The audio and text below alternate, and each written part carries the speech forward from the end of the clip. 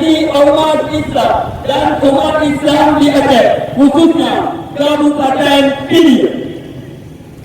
Sikap Presiden Perancis Emmanuel Macron yang menghina umat Islam dan menghina Nabi Muhammad sallallahu alaihi wasallam adalah tindakan melanggar norma dan hukum. Hak kebebasan berpendapat tidak dimaknai secara kegagasan, tetapi wajib menjaga hak-hak orang lain, termasuk tidak menghina agama apapun, apalagi sampai menghina tokoh ulama suatu agama. Sikap Presiden Perancis tersebut sangat melukai hati dan perasaan umat Islam di seluruh dunia, dan ini menunjukkan secara nyata dan jelas bahawa ia berhati ini yang berwajah manusia dalam Islam. Orang yang menghina Nabi Muhammad sallallahu alaihi wasallam harus dihukum mati. Oleh kerana itu, aliansi ormas Islam dan umat Islam Aceh, khususnya Kabupaten Pinia, menyatakan sikap sebagai berikut.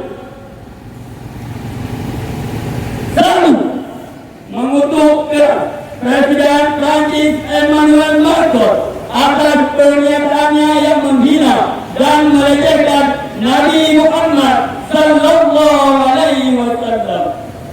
Dua, meminta kepada seluruh umat Islam di dunia untuk memboikot seluruh jenis produk dari negara Perancis yang beredar di pasaran.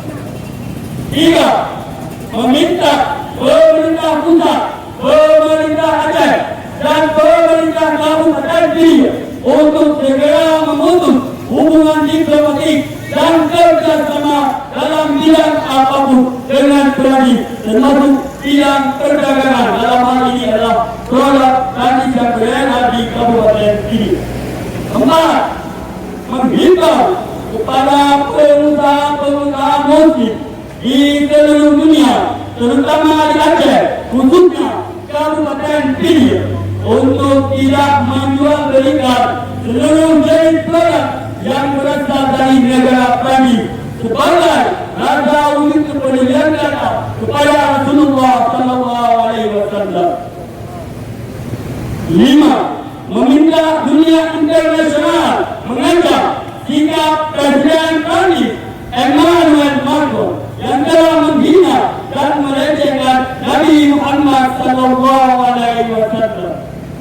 Enam, mengharapkan kepada seluruh umat Islam di seluruh dunia agar senantiasa bersatu dan menjaga serta membela Islam dan simbol-simbolnya. Demikian pernyataan sikap yang kami sampaikan bersama. Dalam hal ini FPI Kabupaten Pinia, LSM Aman, LSM Jara, Sirul Bupani dan ormas-ormas lain yang hadir bersama kami pada hari ini. Sekian dan terima kasih. Billahi taufiq wal hidayah. Wassalamualaikum warahmatullahi wabarakatuh.